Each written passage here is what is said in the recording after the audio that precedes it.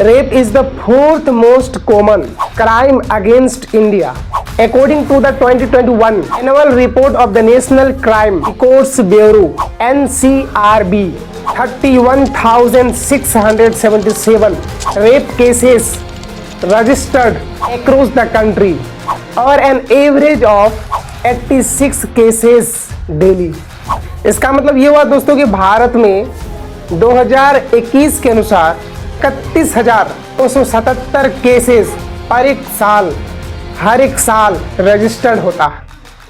आप एक थोड़ा अनुमान लगा लीजिए कि 31,677 रेप प्रत्येक साल प्रति वर्ष इंडिया में हो रहा है। 2021 के अनुसार, 2021 के अनुसार प्रत्येक साल 31,677 रेप केस हो रहा है, और डेली यदि एवरेज निकाला जाए तो लगभग 86 यानी 86 रेप पर डे हो रहा है। फ्रीडम तो हम लोग को मिल गई, आज़ादी तो मिल गई, लेकिन अभी भी हम लोग गुलाम है यहाँ के नेताओं के द्वारा, यहाँ के लोगों के द्वारा, यहाँ के उद्योगपतियों के द्वारा। निर्भया केस 2012 में हुई थी, उस समय कांग्रेस की सरकार थी। कांग्रेस में सबको उंगली उठाया कि ऐसा हो रहा है, वैसा हो रहा है, क्या है ये सरकार, इतना दर्दनाक रेप केस कैसे हो सकता है, कहाँ है सरकार, क्यों आवाज़ नहीं उठा रहे हैं, कोई सरकार क्या कर रही है। ओपोजिशन वाले आवाज़ से आवाज़ उठाते हैं। फिल्मों में जो हम लोग को दिखाया जाता है वो कहीं ना कहीं सच है, ट्रू है। अमित शाह जी खुद कहते हैं कि ये तो एक जुमला होता है। जब हम लोग इलेक्शन कर रहे होते हैं तो एक जुमला होता है जो बोला जाता है, कभी ये पूरा नहीं हो सकता है। तो वही तो हो रहा है। अभी किसकी सरकार है? इस तरह से दर्दनाक हादसा होना, ये इस बात का संकेत है कि पुलिस प्रशासन, हमारी सरकार कमज़ोर पड़ रही है।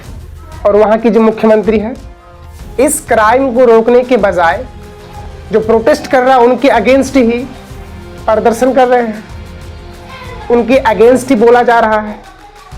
यानी सरकार अपनी कुर्सी बचाने के लिए कुछ भी करेंगे, किसी की भी जान ले सकते हैं, किसी को भी कुएं में धकेल सकते हैं। सरकार ये चाह रही है कि अगर मेरे शासन में कुछ हादसा हो जाती है तो उनका कोई आवाज़ ना उठाए, सच लोगों को ना दिखाए। वैसे तो मीडिया बिक चुकी है, देश में हमारा मीडिया बिक चुकी है। उनको जो रिपोर्ट दिया जाता है उसी अनुसार वो बोलते हैं। जस्टिस फॉर वोमेन, हमारे देश में नारी को भगवान का रूप तो दिया गया है, दिया गया है। सिर्फ देखिए आज आपके सामने है इतना दर्दनाक हादसा। आपको क्या लगता है ये एक आदमी का काम तो नहीं हो सकता? जिस अनुसार पोस्टमार्टम रिपोर्ट आया उसके अनुसार क्या लगता है आपको एक आदमी का काम है? नहीं, एक आदमी का काम। और मैं उन लोगों से कहना चाहूँगा जो इस तरह का काम करते हैं, मेरे भाई तुमको भी कोई पैदा जो किया है ना तो एक औरत ही पैदा किया होगा। जब से एंड्रॉयड फ़ोन सबके पास आए हैं, लोग अलग अलग हरकतें करना शुरू कर दिया है। बच्चे जल्दी जवान हो रहे हैं। जिस उम्र के बच्चे पढ़ाई में फोकस करते थे आज वो डाइवर्ट है। क्यों? तरह तरह का वीडियो देख करके। और इस केस में भी कुछ ना कुछ उसी तरह का वीडियोस के बारे में जिक्र हुआ है कि इस तरह का उस तरह का वीडियोस देख करके इस तरह से हमला किया गया, लेकिन एक्चुअल में बात क्या है किसी को पता नहीं है। और एक आदमी बड़े मज़े से आते हैं, वो सारा गुनाह अपने ऊपर ले लेता है कि मुझे किसी भी बात का अफसोस नहीं है। मैं ये कहना चाहूँगा, यदि आप अपनी बहन के लिए शेर हैं तो दूसरे की बहन के लिए कुत्ता क्यों बन जाते हैं? आपकी बहन के ऊपर कोई नज़र डाले तो आप शेर बन के खड़ा हो जाते हैं, लेकिन आप दूसरे की बहन को छेड़ सकते हैं, उसके लिए कुत्ता बन जाते हैं। ऐसा क्यों है? वो भी तो किसी दूसरे की बहन होगी। ये इंसान का सोच है, देख लीजिए जरा आप। अगर एक इंसान को आप जानवर बोल दीजिए तो वो तुरंत गुस्सा हो जाएगा, लेकिन वहीं पर उसको आप शेर बोल दीजिए, खुश हो जाएगा। और उसको इस बात का ध्यान नहीं रहता कि शेर भी एक जानवर है। तो इस धरती पर इंसानियत नाम की चीज़ बची है या ख़त्म हो गई है? अब बताइए जरा, 31,677 रेप हो रहा है पूरे इंडिया में प्रत्येक वर्ष। अगर एवरेज निकाला जाए तो एक दिन में 86 रेप हो रहा है इंडिया में। This is the big number of rape case. How to control this? कैसे कंट्रोल किया जा सकता है? गवर्नमेंट क्या कर रही है? सरकार क्या कर रही है? सरकार को क्या कदम उठाना चाहिए जिससे कंट्रोल किया जा सकता है? ये बहुत दर्दनाक है। इतना भयानक घटना सिर्फ भारत में ही होता है। आप विदेश में देख लीजिए, अमेरिका, इंग्लैंड में कभी भी इस तरह का घटना नहीं सुनने को मिलेगा।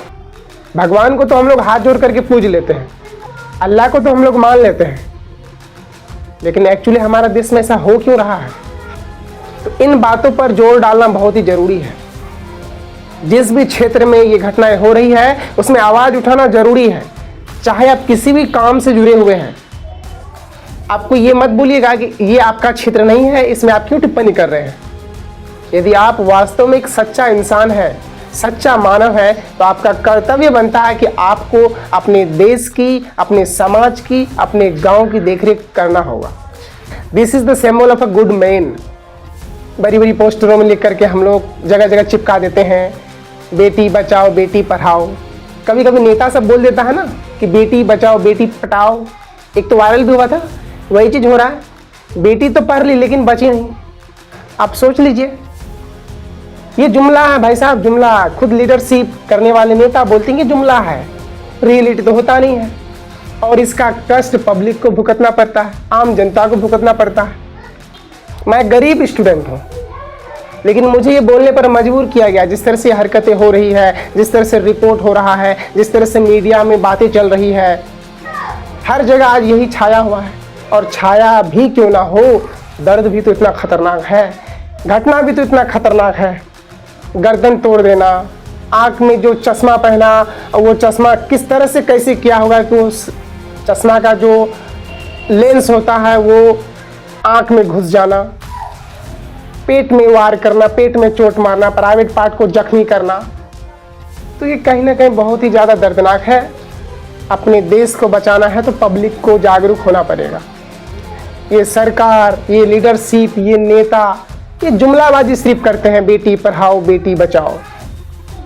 बेटी पढ़ तो ली लेकिन बची कहाँ। 15 अगस्त बड़ी धूमधाम से मनाया गया, इंडिपेंडेंस डे, स्वतंत्रता दिवस, लेकिन जिस घर में जिसकी बेटी के साथ ऐसा हुआ हो, वो किस तरह से क्या किया होगा, जरा सोचिए।